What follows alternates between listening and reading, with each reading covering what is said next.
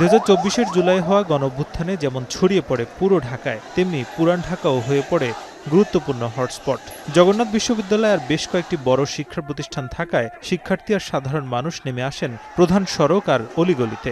এক কাতারে সামিল হয়ে বুলেটে আহত হয়েছেন নাম না জানা বহু মানুষ, শহীদ অন্তত 17 জনের বেশি। পুরান ঢাকার মধ্যে কবি নজরুলের শিক্ষার্থীরাও ছিলেন জুলাই আন্দোলনে সক্রিয়। ইকরাম, জিহাদ, ওমর ও তাহিদুল ইসলাম নামে 4 শিক্ষার্থী শহীদ হন এই প্রতিষ্ঠানের। এর মধ্যে ওমর ও ইকরাম শহীদ হন লক্ষ্মীবাজার মোড়ে। তার বন্ধুরা জানাচ্ছিলেন, 19 জুলাই একই সঙ্গে ছিলেন সড়কটিতে। মুহূর্তে একটি বুলেট এফোর করে বেরিয়ে যায় ওমরের শরীর, আরেকটি বুলেট এসে মাথা ভেদ করে ইকরামের।